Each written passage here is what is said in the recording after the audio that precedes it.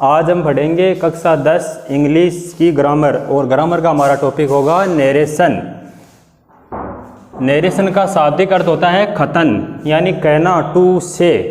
और नरेशन को दो भागों में बांटा गया है।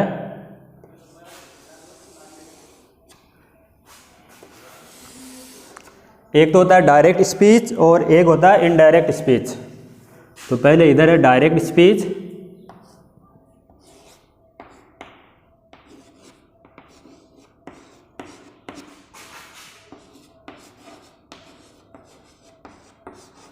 और एक होता है indirect speech.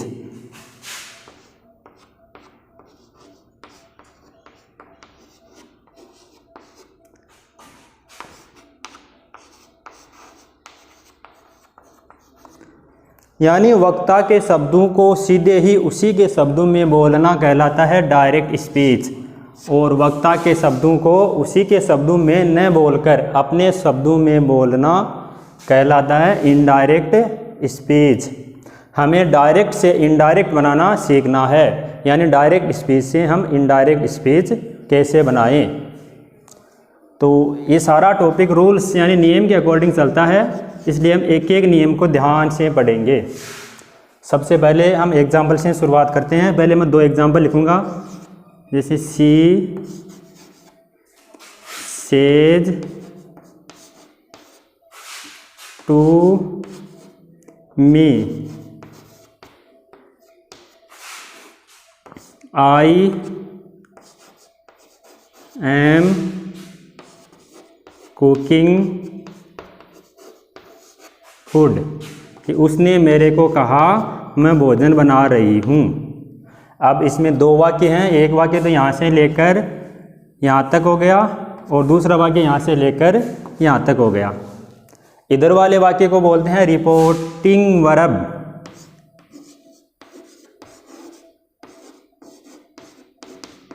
Reporting verb.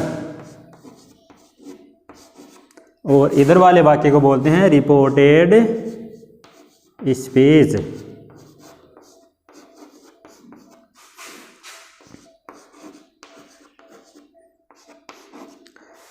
Reporting verb और रिपोर्टेड स्पीच अगर हम शॉर्ट में बोले तो इसको बोल सकते हैं आर वी, और इसको बोल सकते हैं आर एस।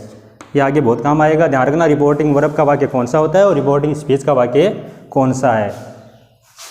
अब इसको हम नियम के अकॉर्डिंग इनडायरेक्ट में चेंज करेंगे। वो कैसे करेंगे एक एक ध्यान से देखना है। जैसे इसमें सी का तो सी लिखा जाएगा, यानी सब्जेक्ट में कोई चेंज नहीं होगा, सी का सी। सेज टू है तो सेज टू को बदला जाएगा टेल्स में, टेल्स। सेज टू है, एक बार मैं यहाँ बता देता हूँ, जैसे सेज टू है तो ये बदला जाएगा टेल्स में। से टू है तो ये बदला जाएगा टेल में, और सेड है तो बदला जाएगा टोल्ड में। यानी सेज टू टेल्स में, सेड टू टेल में और सेड टू टोल्ड में, ऐसे ही बदलेंगे, इसको याद रखना। तो यहाँ पर था सेज टू तो हमने बदल दिया टेल्स में, टू हट जाएगा और सीधा ही मी लिख देंगे यहाँ, तो मी। अब दो वाक्य थे, एक इधर वाला और इधर वाला वाक्य। साधारण वाक्यों में हम जोड़ने के लिए दैट का प्रयोग करते हैं, तो यहाँ बीच में लिखेंगे दैट। अब आगे वाले वाक्य यानी रिपोर्टेड स्पीच के वाक्य का प्रोनाउन चेंज करना पड़ेगा हमें, और वो प्रोनाउन कैसे चेंज करेंगे मैं एक बार यहाँ बता देता हूँ। जैसे इंग्लिश में 3 पर्सन होते हैं, फर्स्ट पर्सन, सेकंड पर्सन और थर्ड पर्सन। यानी फर्स्ट पर्सन के अंदर आता है आई और वी, सेकंड पर्सन में आता है सिर्फ यू, और थर्ड पर्सन में आता है ही, सी, इट और दे, और किसी का भी नाम हो वो भी थर्ड पर्सन में ही आता है। अगर इधर वाले वाक्य में फर्स्ट पर्सन हो तो ये इधर वाले वाक्य यानी रिपोर्टिंग वर्ब के सब्जेक्ट के अनुसार चेंज होगा। अगर रिपोर्टेड स्पीच के वाक्य में सेकंड पर्सन यानी यू हो तो वो रिपोर्टिंग वर्ब के ऑब्जेक्ट के अनुसार चेंज होगा। और अगर रिपोर्टेड स्पीच के वाक्य में थर्ड पर्सन हो तो वो चेंज नहीं होगा, यानी नो चेंज।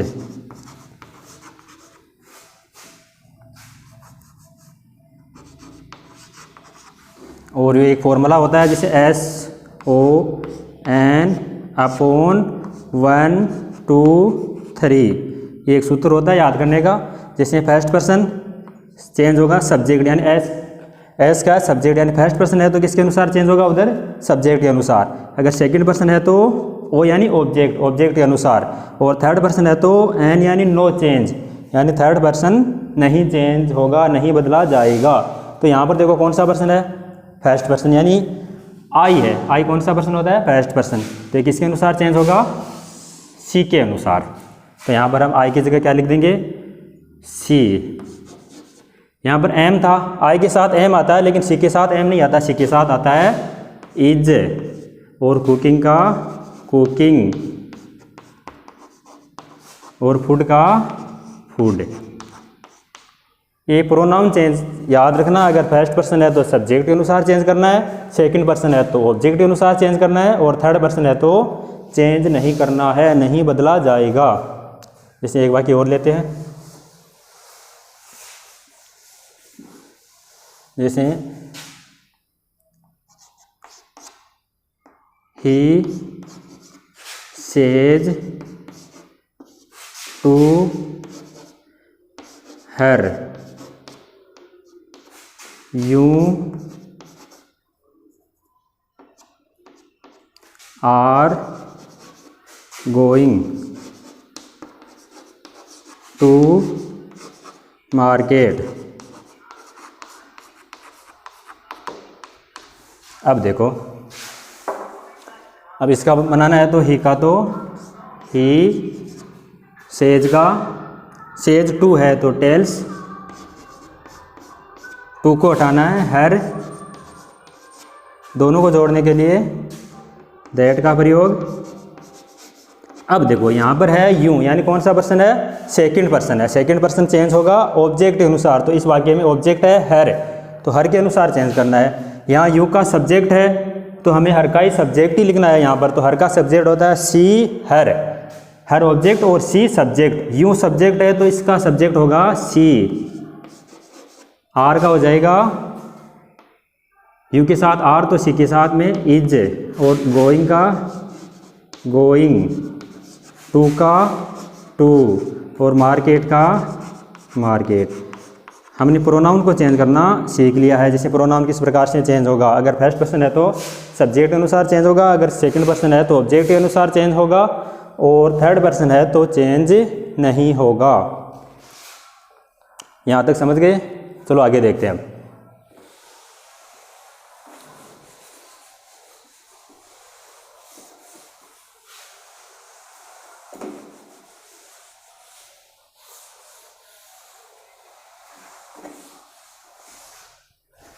जैसे मैं अलग अलग प्रकार से 3 वाक्य लिख रहा हूँ, उसमें क्या क्या बदलाव होगा।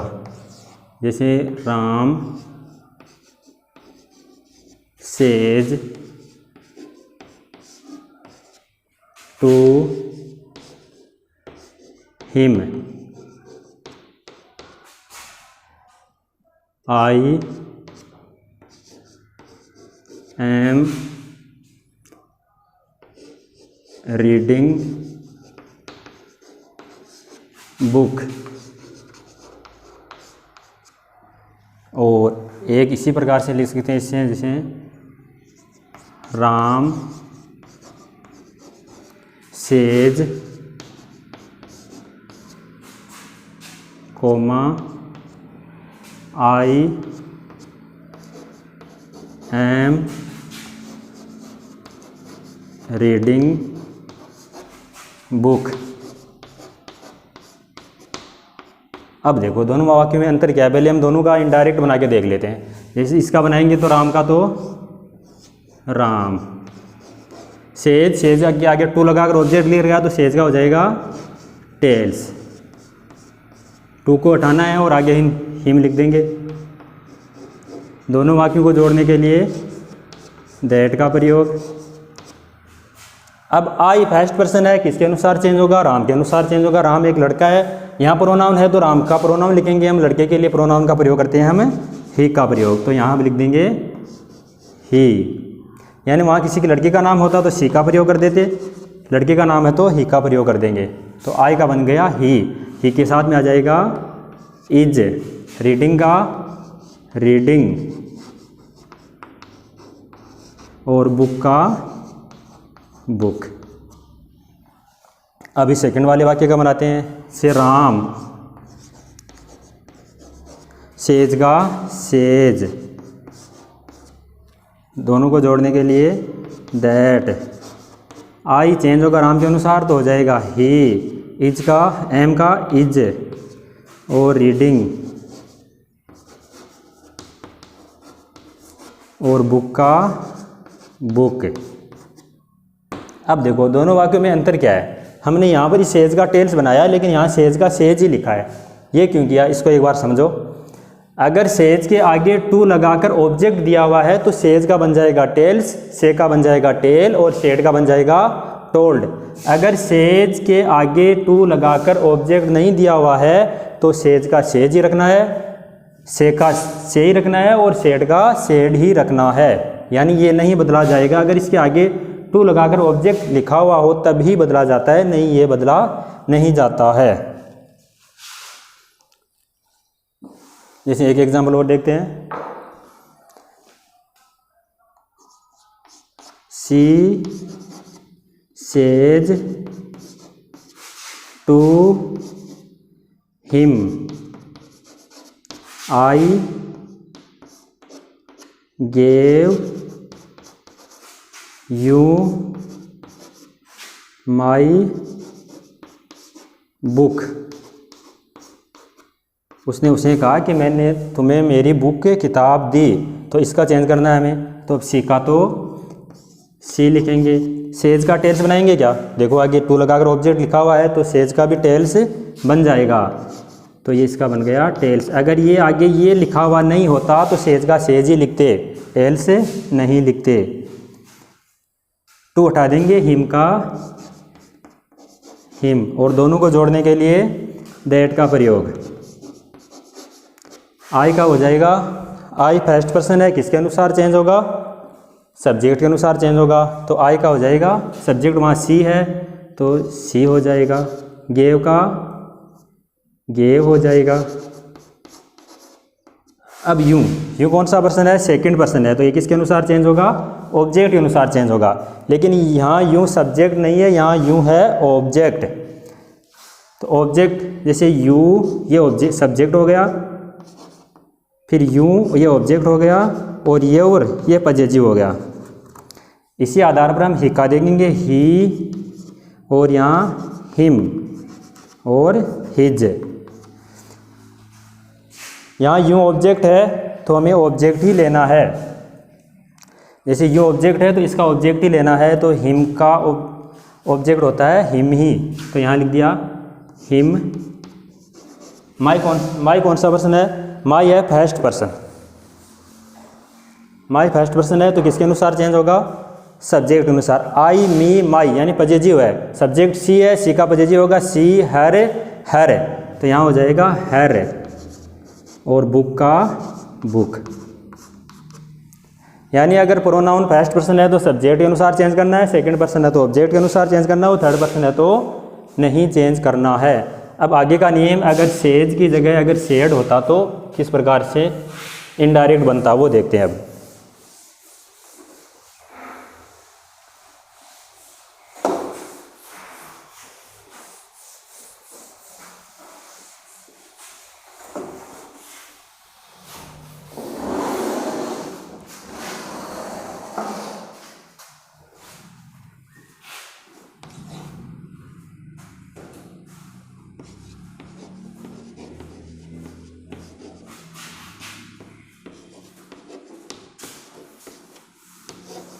Suresh says to him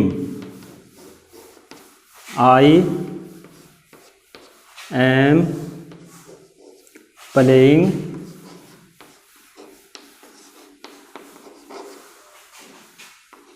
football.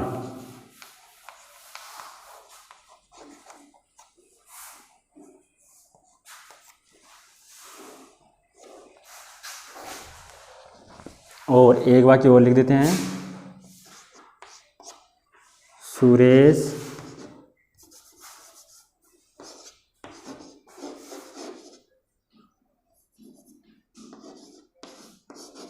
said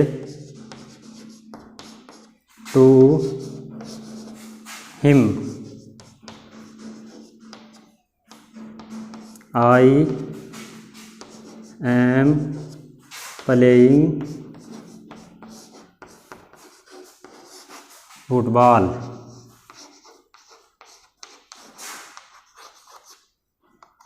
अब दोनों वाक्यों का बनाते हैं इनडायरेक्ट, दोनों में अंतर है, यहाँ पर सेज है और यहाँ पर सेड है, बस इतना अंतर है। पहले इसका देख लेते हैं ऊपर वाले का, तो सुरेश का सुरेश, सेज का सेज के आगे टू लगाकर ऑब्जेक्ट दे रखा है तो हो जाएगा टेल्स। अगर ये टू लगाकर ऑब्जेक्ट नहीं होता तो सेज का सेज ही रहता। टू हटाएंगे, हिम लिख देंगे। दोनों को जोड़ने के लिए दैट का प्रयोग। साधारण वाक्यों में दोनों वाक्यों को जोड़ने के लिए कनेक्टर के रूप में दैट का ही प्रयोग करते हैं। आई फर्स्ट पर्सन है, किसके अनुसार चेंज होगा?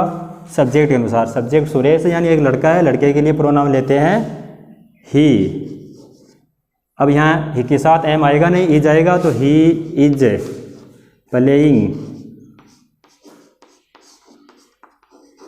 प्लेइंग और फुटबॉल।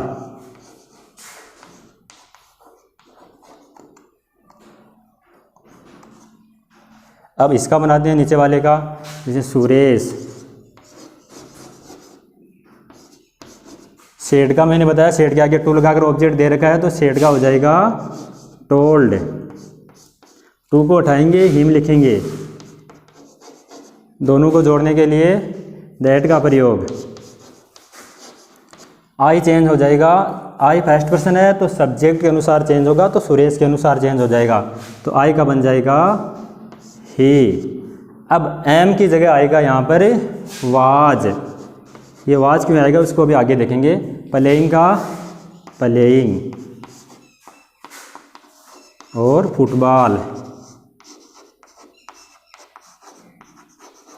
अब इसमें अंतर इतना है कि यहाँ पर देखो एम, यहाँ पर वाज।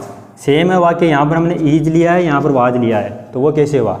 अगर रिपोर्टिंग वर्ब का वाक्य प्रेजेंट टेंस या फ्यूचर टेंस में होता है तो रिपोर्टेड स्पीच के वाक्य का टेंस चेंज नहीं होता है।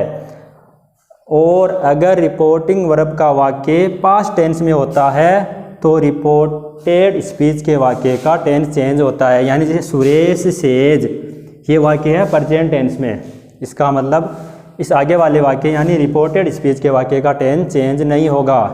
और ये वाक्य जो सुरेश सेड, यहाँ पर सेड है, पास्ट टेंस में है, तो इस आगे वाले वाक्य का टेंस चेंज होगा या टेंस बदला जाएगा। यहाँ पर सेज होता है, SAY सेज या से, तब तो आगे वाले वाक्य यानी रिपोर्टेड स्पीच के वाक्य का टेंस कभी नहीं बदलता है। और अगर सेड होता है तो रिपोर्टेड स्पीच के वाक्य का टेंस बदला जाएगा।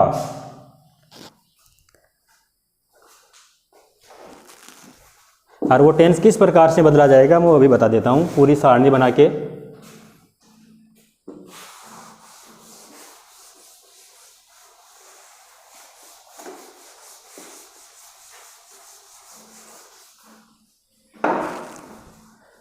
वर्ब की फर्स्ट फॉर्म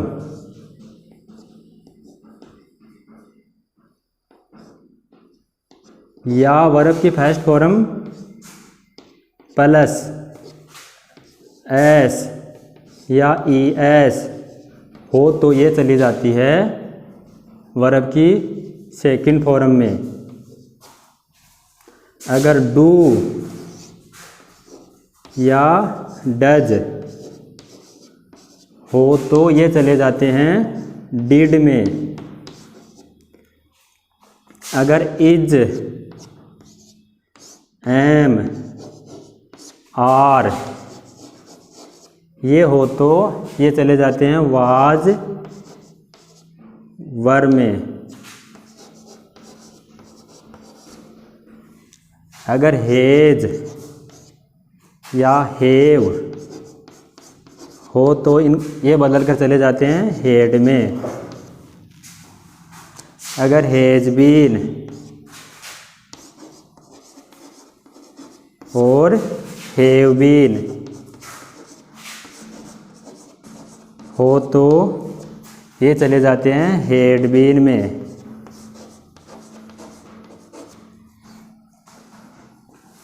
अगर वर्ब की सेकंड फॉर्म हो तो ये चली जाती है हेड प्लस वर्ब की थर्ड फॉर्म। अगर वाज, अगर डिड हो तो ये चले जाती है हेड प्लस वर्ब की थर्ड फॉर्म में। अगर वाज, वर ये हो तो ये चले जाते हैं हेड बीन में। अगर हेड हो तो ये नहीं बदलता है, हेड का हेड ही रहता है। अगर हेड बीन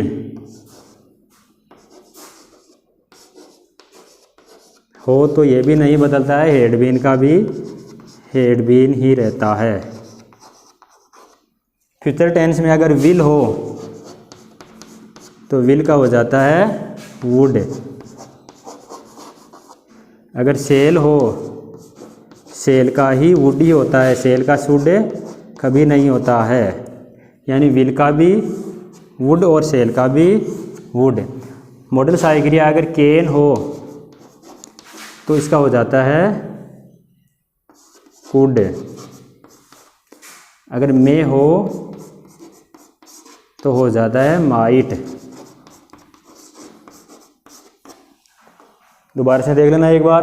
अगर वर्ब की फर्स्ट फॉर्म या फर्स्ट फॉर्म के साथ में एस या एस लगा हुआ हो तो उसका वो बदल कर चली जाती है सेकंड फॉर्म में। डू और डज दोनों बदल कर चले जाते हैं डिड में। इज, एम, आर ये हो तो बदल कर चले जाते हैं वाजवर में। हेज और हैव हो तो बदल कर चले जाते हैं हेड में।